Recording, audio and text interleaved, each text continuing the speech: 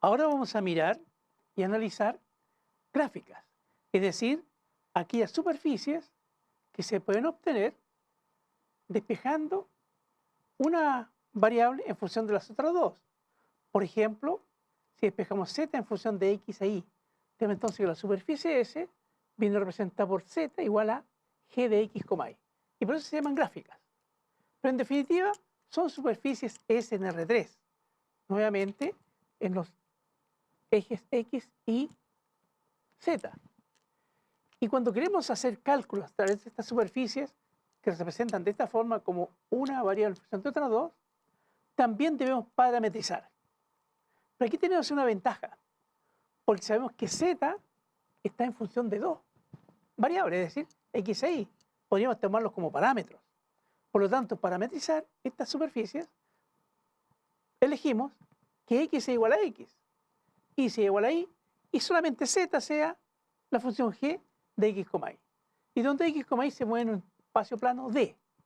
Es decir, si miramos gráficamente, lo que hemos hecho, hemos buscado una función que tome de todo el espacio D, aplique la función Rx, Y y obtenga la superficie curva S.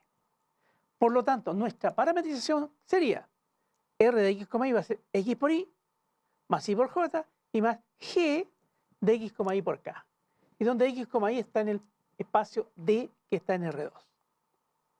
Mucho más simple que la anterior, al menos desde el punto de vista de escribirla. Ahora, ¿quién es R de X? La derivada de la parametrización con respecto a X va a ser la derivada de X con respecto a X, 1. La derivada de Y con respecto a X, 0. Y la derivada de G con respecto a X va a ser la derivada parcial de la función G con respecto a X por K. ¿Quién es R sub I? Va a ser entonces la derivada de X respecto de Y, 0. La derivada de Y con respecto a Y, 1. Y la derivada de G con respecto a Y, la derivada parcial de G con respecto a Y por K. Y así tenemos entonces cuánto valen estas derivas parciales. Porque las vamos a necesitar cuando queramos entonces representar un pedacito de superficie de sigma. ¿Y cómo se va a relacionar ese pedacito con un pedacito de superficie plana en D? Es decir, un DI de X. Para eso entonces necesitamos también calcular el producto cruce entre esos dos vectores. Y escribimos IJK y lo que acabamos de obtener, R sub X, 1, 0 de G de X, y 0, 1 de G de Y. Si hacemos el cálculo de este producto cruz y determinamos cuánto da el valor, nos encontramos que esto es menos de G de X por Y, menos de G de Y por J y más 1 por K. Y este valor va a ser siempre porque es genérico. No hemos dicho cuánto vale exactamente la función G. La que sea, daríamos con respecto a X, daríamos con respecto a Y más 1.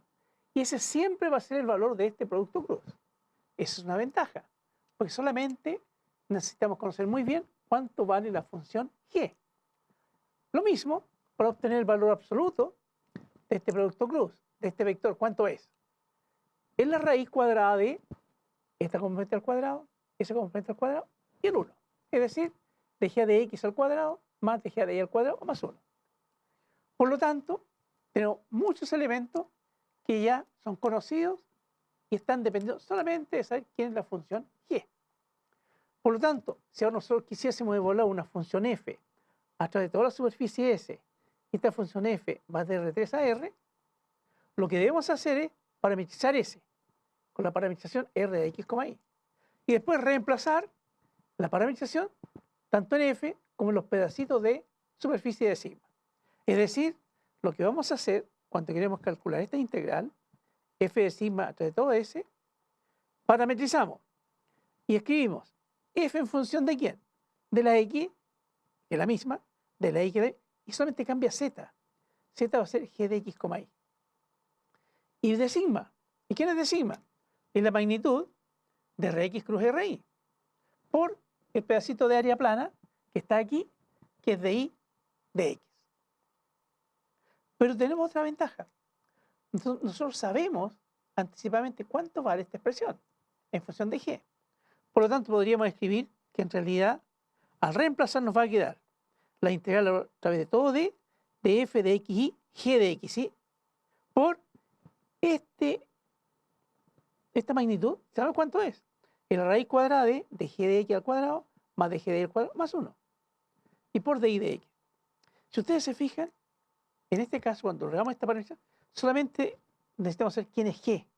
Y al reemplazar esta expresión, podemos obtener fácilmente cuánto vale lo que nos han pedido, que es la integral de f de sigma.